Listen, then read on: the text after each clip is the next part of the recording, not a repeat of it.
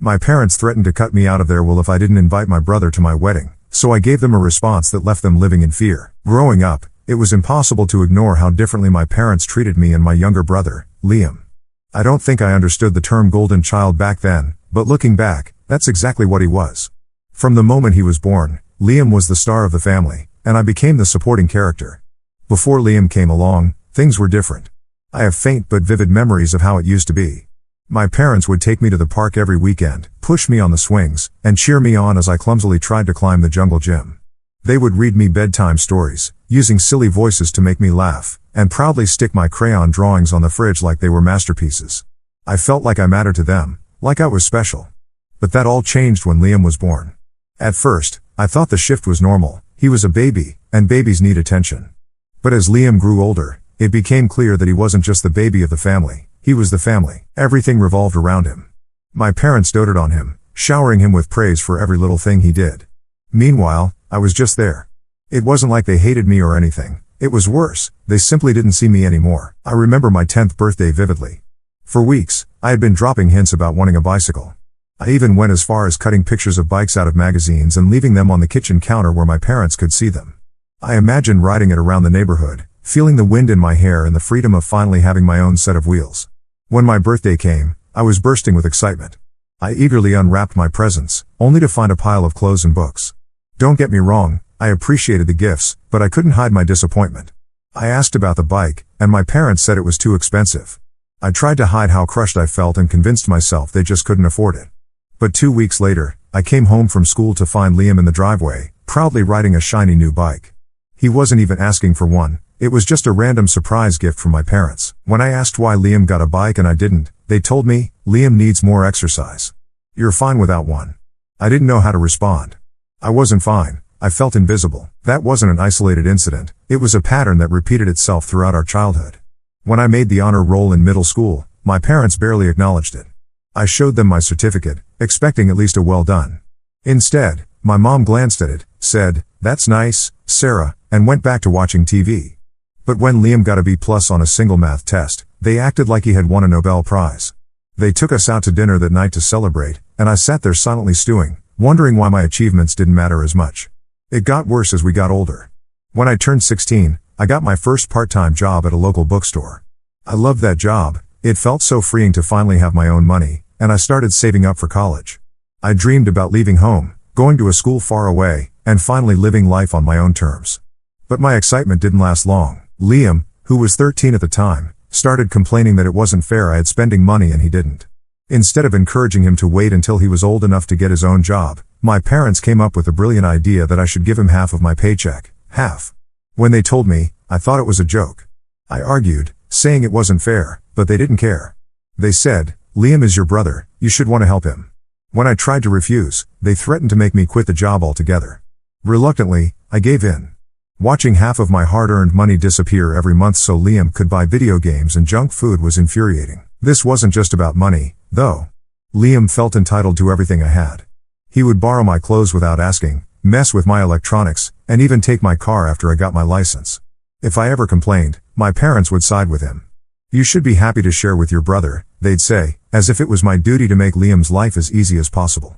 They never once considered teaching Liam to respect my belongings. Why would they? In their eyes, he could do no wrong. Looking back, I don't even blame Liam entirely. He grew up being told he was the center of the universe. He didn't know any better. But it still hurt every time my parents overlooked me or dismissed my feelings. It chipped away at me a little more. I started to wonder if I was the problem. Was I too demanding? Was I not good enough? Why didn't they care about me the way they cared about Liam? Despite everything, I worked hard in school. I thought maybe if I accomplished enough, they'd finally notice me. I got straight A's, joined extracurriculars, and volunteered on weekends. But no matter how much I achieved, it was never enough. My parents would give me a polite good job and move on. Meanwhile, Liam could sneeze, and they'd act like it was the most impressive thing in the world. I wasn't just hurt, I was angry. Angry at Liam for being the golden child, angry at my parents for making me feel like I didn't matter, and angry at myself for still craving their approval after everything. As much as I tried to ignore it, the favoritism left scars. It shaped how I saw myself and how I approached relationships. I became fiercely independent, determined not to rely on anyone else for validation. But deep down, I carried that sense of not being enough, no matter what I did. A part of me always felt like the little girl who didn't get a bike for her 10th birthday. By the time I was 18 and heading off to college, I'd accepted that my family wasn't going to change. My parents' favoritism toward Liam wasn't just a phase, it was the foundation of our family dynamic. I had spent my teenage years trying to prove myself to them, but nothing worked. At that point, I was done trying to impress them and focused on getting out. Getting accepted into my dream school was supposed to be my big moment. I'd worked hard for it, balancing extracurriculars, volunteer work, and a part-time job, all while keeping my grades up. I got a partial scholarship, which meant I wouldn't have to rely on my parents for much financial support. When the acceptance letter arrived, I was over the moon. I rushed to share the news with my parents, imagining for just a second that they might finally be proud of me. Their reaction was underwhelming, to say the least. My mom glanced at the letter and said, "That's nice, sweetie," before going back to her crossword puzzle. My dad barely looked up from the TV. "Good for you," he said, as if I'd just told him I'd finished cleaning my room. Any hope I had of them celebrating my achievement was immediately crushed. A few years later, when Liam got into a community college, the difference in their reactions couldn't have been more stark. They threw him a huge party, complete with catering and decorations. I remember standing in the corner of the living room during the party, watching everyone gush over Liam like he'd just been accepted into an Ivy League school. I felt invisible. Still, I was determined to make the most of my time in college. I got a second job to help cover my expenses and saved every penny I could. Photography became my escape. I'd always loved taking pictures, and my photography class quickly became the highlight of my week. My professor even encouraged me to enter some of my work into local competitions. I decided to save up for a high-quality camera, something that would allow me to take my photography to the next level. For months, I worked extra shifts and skipped out on little luxuries like coffee runs or dinners out with friends. It wasn't easy, but the thought of finally buying that camera kept me motivated. I even created a budget and tracked every dollar I saved. When winter break rolled around, I went home, excited to finally make the purchase. I was staying with my parents for a couple of weeks, and I planned to head to the store on my next day off. But when I went to check the cash I'd been stashing in my old desk drawer, I immediately noticed something was wrong. A huge chunk of it was missing. At first, I thought I must have miscalculated. I counted the remaining money 3 times, hoping I'd somehow made a mistake, but deep down, I already knew what had happened. Liam had taken it. He had a history of borrowing my stuff without asking, and I doubted this time was any different. When I confronted him, he didn't even try to deny it. "Yeah, I took some," he said casually, as if it were no big deal. He explained that he needed the money to buy a new gaming console and figured I wouldn't mind. My parents, as usual, rushed to his defense. "It's not like he stole it," my mom said. "He's your brother, you should want to help him." My dad chimed in with, "You can always save up again, Sarah. It's not the end of the world." I was furious. I'd spent months working for that money, sacrificing my time and energy, and they acted like it was nothing. I demanded that Liam return the console and pay me back, but my parents refused to back me up. Instead, they blamed me for leaving the money where Liam could find it. "You should have hidden it better," they said, as if it was my fault for trusting that my belongings would be safe in my own home. That was the moment I realized there was no fixing my relationship with my parents or Liam. It wasn't just about the camera or the money, it was about the years of favoritism, the constant dismissal of my feelings, and the fact that they always put Liam's needs above mine. No matter what I did, I would always come second. After that, I started pulling away. I didn't stop by for weekend visits anymore, and I avoided family gatherings whenever I could. When I was home, I kept to myself as much as possible, which only led to more accusations from my parents. "You've changed," they'd say. "You think you're too good for us now." Liam, of course, took every opportunity to remind me of how cold I'd become. "You were just jealous because I'm the favorite," he said once, smirking as if he was proud of it. The thing is, he wasn't wrong. I was jealous, but not in the way he thought. I wasn't jealous of his video games or the attention he got from our parents. I was jealous that he had the kind of relationship with them that I could only dream of. No matter how much I wanted to stop caring, a part of me still wished they'd treat me the way they treated him. But wishing didn't change anything, and I knew I couldn't keep holding on to that hope. So, I threw myself into my studies and my photography. I stayed on campus as much as possible, picking up extra shifts at work to avoid going home. The less time I spent around my family, the better I felt. Looking back, the incident with the camera was a turning point for me. It was the first time I truly accepted that my parents weren't going to change, no matter how hard I tried. It hurt, but it also gave me a sense of freedom. I stopped trying to earn their approval and focused on building a life for myself. I didn't need their validation anymore. I had my own goals, my own passions, and for the first time, I started to see a future where I wasn't defined by my family's toxicity. It wasn't an easy realization, but it was the first step toward reclaiming my independence, and for that, I'm grateful. By the time Noah and I started planning our wedding, I had managed to carve out a life for myself that felt stable and fulfilling. I was in a loving relationship with someone who genuinely respected and supported me, and for the first time, I felt like I had the freedom to choose the kind of family I wanted. But as excited as I was to marry Noah, the thought of involving my family in the process filled me with dread. From the moment Noah proposed, the issue of inviting my parents and Liam became a looming shadow over what should have been a joyful time. At first, I avoided thinking about it altogether. I wanted to bask in the happiness of being engaged, to focus on planning the wedding of my dreams without the weight of family drama. But I knew it was only a matter of time before my parents called to demand their invitations. The first call came from my mom, just as I expected. She sounded cheerful at first, making small talk about the weather and asking how the wedding planning was going. But I could tell she was leading up to something. After a few minutes, she finally asked the question I'd been dreading. "So, when should we expect our invitations?" I hesitated, feeling my stomach twist into knots.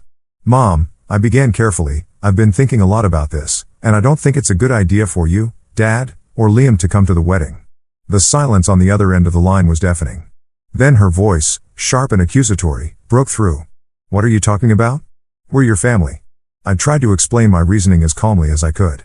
I told her that the wedding was supposed to be a day of love and celebration, and I didn't want to invite people who had caused me so much pain over the years. I brought up specific instances of favoritism and how they had affected me, not to guilt her, but to help her understand where I was coming from. Her response was exactly what I had expected and feared. "Sarah, you're being selfish," she snapped. "You were punishing us for things that happened years ago. Liam is devastated. He was so excited to be part of your big day, and now you're breaking his heart." That comment caught me off guard. "What do you mean, be part of my big day?" I asked, already dreading the answer. Apparently, Liam had been telling everyone that he was going to be my best man. The absurdity of it all left me momentarily speechless. I hadn't even spoken to him in years, and he had somehow convinced himself that he was entitled to a major role in my wedding. When I pointed this out to my mom, she brushed it off. "He's your brother," she said. "Of course he assumed you'd want him by your side." I ended the call shortly after that, exhausted and angry, but the drama didn't stop there. Within hours, my dad called, picking up right where my mom had left off. His tone was more aggressive, accusing me of tearing the family apart and letting my grudge against Liam ruin what should be a happy occasion. He said they were willing to forgive me for my cold behavior over the years if I'd just let them come to the wedding. It was a classic manipulation tactic, and I wasn't falling for it. When I refused, Liam started texting me nonstop. His messages ranged from angry to self-pitying to downright nasty. He called me jealous, bitter, and ungrateful, claiming I was trying to make myself feel important by excluding him. It was as if he had rewritten our entire childhood in his mind, casting himself as the victim and me as the villain. The final straw came when my parents threatened to cut me out of their will if I didn't invite them. A few years ago, that might have scared me, but now it just solidified my decision. I didn't want anything from them, not their money, not their approval, and certainly not their presence at my wedding. Noah was my rock throughout all of this. He listened patiently as I vented about my family, never once trying to push me in one direction or the other. When I told him I decided to stick to my original plan of not inviting them, he supported me wholeheartedly. "This is your day," he said. "You don't owe them anything." Some of our friends, however, weren't as understanding. A few of them suggested I should invite my family to keep the peace, arguing that I might regret it later if I didn't. Their comments planted a seed of doubt in my mind, and for a brief moment, I wondered if I was being too harsh. But then I thought about all the years of hurt, the constant dismissal of my feelings, and the way my parents had always enabled Liam's entitlement. I knew I was making the right choice. As the wedding drew closer, Noah and I took extra precautions to ensure everything would go smoothly. We hired security for the venue, just in case my family decided to show up uninvited, and we password protected all our vendor accounts to prevent any last-minute sabotage. It felt ridiculous to have to take these steps, but I wasn't about to let them ruin my special day. Despite the stress of dealing with my family, wedding planning with Noah was a joy. We picked out a beautiful outdoor venue, chose a menu that reflected both our tastes, and even practiced our first dance together in the living room, laughing every time one of us accidentally stepped on the other's foot. For the first time in a long while, I felt like I was creating something good, something that was truly mine. I wish I could say that the family drama ended there, but deep down, I knew it wouldn't.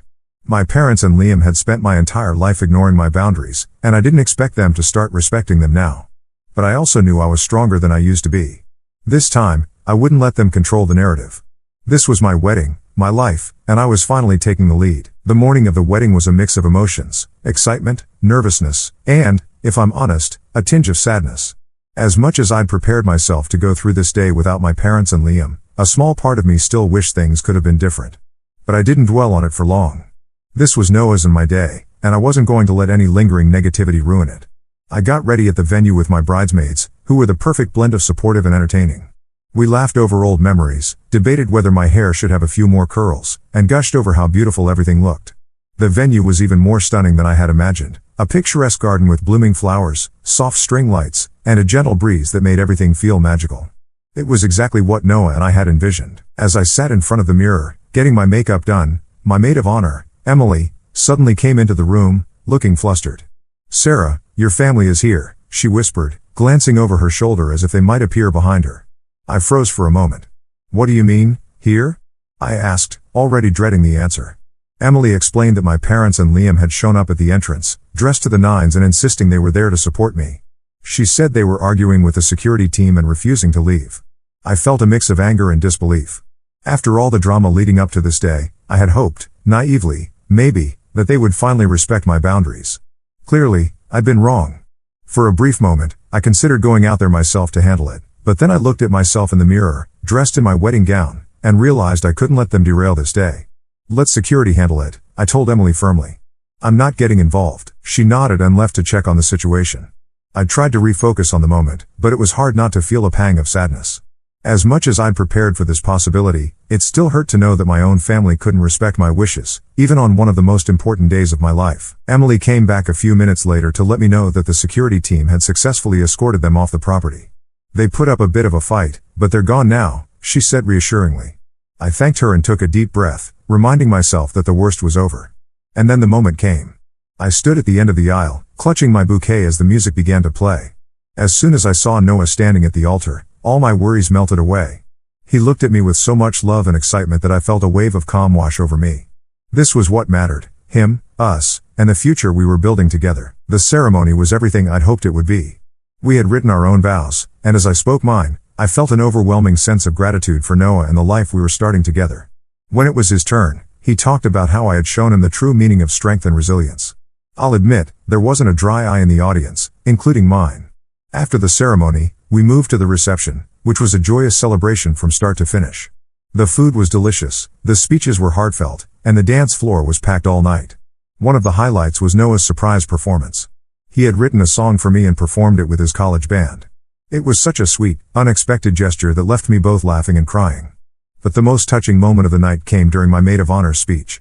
Emily talked about how she had watched me grow into the strong, determined person I was today. She mentioned the challenges I'd faced with my family, not to dwell on them, but to highlight how I had risen above it all to create a life full of love and happiness. Her words brought tears to my eyes, and for the first time in a long while, I felt truly seen and understood. Throughout the night, I was surrounded by people who genuinely cared about me. Noah's family was as warm and welcoming as ever, treating me like I had always been one of their own. His mom even pulled me aside at one point to tell me how proud she was of me. "You are such an incredible woman, Sarah," she said, squeezing my hand. "Noah is lucky to have you, and so are we." Hearing those words meant more to me than I could express. It was the kind of support I had always craved from my own family but had never received. And in that moment, I realized something. Family isn't just about blood, it's about the people who show up for you, who love you unconditionally, and who celebrate your happiness as if it were their own. As the night went on, I couldn't help but reflect on how far I'd come. There was a time when I might have let my family's behavior ruin this day. I would have bent over backward to please them, even at the expense of my own happiness. But not anymore. I had grown, learned to set boundaries, and found the strength to prioritize myself and my well-being. Toward the end of the night, as Noah and I danced together under the twinkling lights, he leaned in and whispered, "I'm so proud of you." It was such a simple statement, but it meant everything to me. I knew he wasn't just talking about the wedding. He was proud of me for standing up for myself, for breaking free from the toxic dynamic that had defined so much of my life, and for choosing a future filled with love and positivity. The wedding day wasn't perfect, no day ever is, but it was perfect for us. It was a celebration of love, resilience, and the start of something beautiful. And as I looked around at the smiling faces of our friends and Noah's family, I knew without a doubt that I had made the right decision. The days following the wedding were a whirlwind of emotions, but the overwhelming feeling was relief. For the first time in what felt like forever, I wasn't consumed by family drama. Noah and I were officially married, and we had managed to pull off a beautiful, drama-free wedding despite everything. It felt like the beginning of a new chapter, one where I could finally leave the weight of my family's toxicity behind. Our honeymoon was a perfect reset. We spent 2 weeks in a quiet coastal town, far away from everything and everyone. It wasn't flashy or extravagant, but it was exactly what we needed. We spent our days walking along the beach, exploring local cafes, and just enjoying each other's company. For the first time in years, I felt truly at peace. One evening, as we watched the sunset, Noah brought up something I'd been avoiding since the wedding. "Have you thought about what happens next with your family?" he asked gently. He wasn't pressuring me, just trying to help me process everything. I hesitated, staring out at the waves. "I don't know," I admitted. "Part of me feels like I should reach out and try to fix things, but the other part of me just doesn't want to. I don't want to go back to how things were." Noah nodded thoughtfully. "You don't owe them anything, Sarah," he said. "But whatever you decide, I'll support you." That was the thing about Noah. He never told me what to do or tried to sway my decisions. He just stood by me, no matter what, and that was exactly what I needed. Over the next few days, I thought a lot about his question. My family had spent so many years dismissing my feelings, ignoring my boundaries, and enabling Liam's behavior. Did I really want to reopen that door? The answer, I realized, was no. The wedding had been a wake-up call for me. Their attempt to crash it wasn't just a violation of my boundaries, it was a reminder of how little they respected me. They hadn't changed, and I couldn't keep holding out hope that they would. For my own peace of mind, I needed to move on. When we got back from our honeymoon, I made the difficult decision to block my family's numbers and social media accounts. It wasn't about cutting them out of my life forever, it was about creating space to heal and focus on my future. I knew it wouldn't be easy, but I also knew it was necessary. Of course, moving forward didn't mean there weren't setbacks. A few weeks after the wedding, I got an email from Liam. It was much calmer than the texts he'd sent before the wedding, but it still made me uneasy. In the email, he claimed he had been doing a lot of soul-searching and wanted to make amends. He even acknowledged some of the ways he had hurt me in the past, like taking my camera money and downplaying my achievements. But as much as I wanted to believe he was sincere, I couldn't shake the feeling that it was just another manipulation. After all, this was the same person who had tried to crash my wedding. I replied politely, thanking him for the apology but making it clear that I wasn't ready to reconnect. My parents, on the other hand, didn't even try to reach out directly. Instead, they went through extended family, spinning their own version of events. I heard from an aunt that my mom had told everyone I was having a mental breakdown and pushing the family away. Another relative tried to guilt me into reconciling, saying my parents were heartbroken and just wanted their daughter back. I had to remind myself that this was exactly why I had created distance in the first place. My family had spent years dismissing my feelings, and now they were doing the same thing, only louder and with more people involved. It hurt, but it also reinforced that I had made the right decision. Through it all, Noah was my anchor. Whenever I felt overwhelmed or started to doubt myself, he was there to remind me of how far I'd come. "You are stronger than you think," he told me one night as we sat on our couch, the city lights twinkling outside. "You've built this amazing life for yourself, Sarah. Don't let anyone take that away from you." And he was right. For the first time in years, I felt like I was in control of my own life. I wasn't living for my family's approval or trying to fix relationships that had never been healthy to begin with. Instead, I was building a future with someone who loved and respected me for who I was. Moving forward didn't mean forgetting the past, it meant learning from it and choosing a different path. And that's exactly what I was doing. I didn't know what the future held, but for the first time, I felt hopeful, because this time, I was the one writing the story.